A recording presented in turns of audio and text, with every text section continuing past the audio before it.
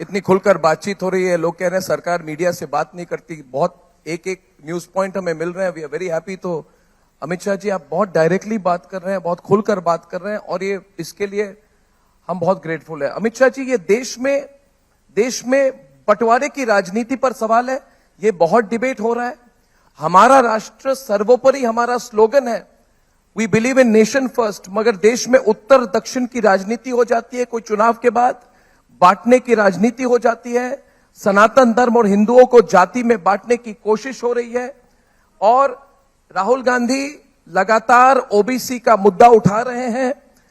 आप लोग विकसित भारत और आत्मनिर्भर भारत की बात कर रहे हैं। इस तरह की डिवाइसिव पॉलिटिक्स, ये ट्रेंड क्यों बन गई है?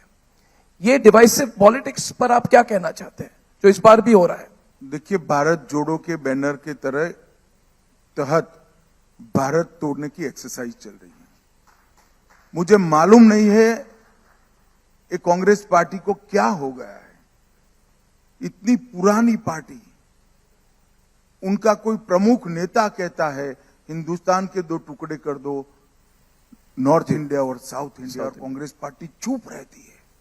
साफ सुन गया है, ऐसे चुप रहती है। मुझे तो आश्चर्य हो गया है ये पार्टी को क्या हो गया है। इनके अलाई पानी पी पी कर सनातन धर्म का अपमान कर रहे हैं, सनातन धर्म के लिए जहर उगलने का काम कर रहे हैं। कांग्रेस पार्टी रोकती भी नहीं, ना मादा है, ना हिम्मत है, ना इच्छा है,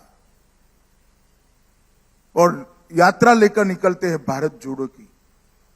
देश की जनता ढंग से समझ ले, इनका एकमात्र लक्ष्य है सत्ता प्राप्त करने का, एपीसमेंट कर कर सत्ता प्राप्त करने का।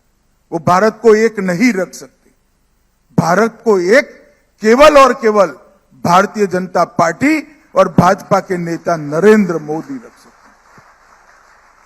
और मैं देश की जनता को अपील करना चाहता हूं कि जिन लोगों ने भारत को तोड़ने की बात करी है, जिन लोगों ने विश्व के सबसे पुराने धर्म के, पुरानी संस्कृति को और पुरानी परंपराओं को अपमानित करने की बात की है, इनको देश की जनता को पहचान लेने की भी जरूरत है और दंडित करने की भी जरूरत है। आने वाले चुनाव में मैं चाहूंगा कि कांग्रेस के नेता अगर हिम्मत है तो इनके भारत तोड़ो की ये सारी घटनाओं का रिपीटेशन चुनावी मंच पर से करें। वो कोई नेता के मुंह से कुछ निकल गया इसका खंडन भी नहीं करते, पार्टी को अपने आप से अलग नहीं करते हैं। इसका मतलब आपकी पार्टी का एजेंडा ही ये है, आपकी पार्टी का उद्देश्य ही है। और ओबीसी के लिए तो बोलने का कांग्रेस पार्टी को अधिकार ही नहीं। कांग्रेस पार्टी है जिसने इस देश के पिछड़ा वर्ग को सबसे ज्यादा अन्याय किया है। 50 साल तक काका साहब कालेलकर कमीशन की रिपोर्ट को आप दबाकर बैठ गए। इसके बाद मंडल कमीशन की रिपोर्ट को आप दबाकर बैठ गए।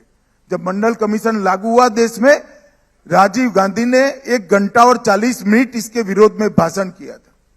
कांग्रेस पार्टी 55 साल तक सत्ता पर रही, कभी भी ओबीसी को संवैधानिक स्टेटस नहीं दिया, ओबीसी आयोग की रचना नहीं की, नीट की और केंद्र सरकार की परीक्षाओं में ओबीसी को आरक्षण नहीं दिया।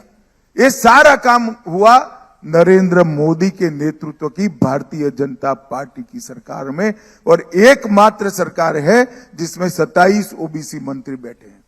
और राहुल गांधी देश को ज्वाइंट सेक्रेटरीज गिना रहे हैं, सेक्रेटरीज गिना रहे हैं जी।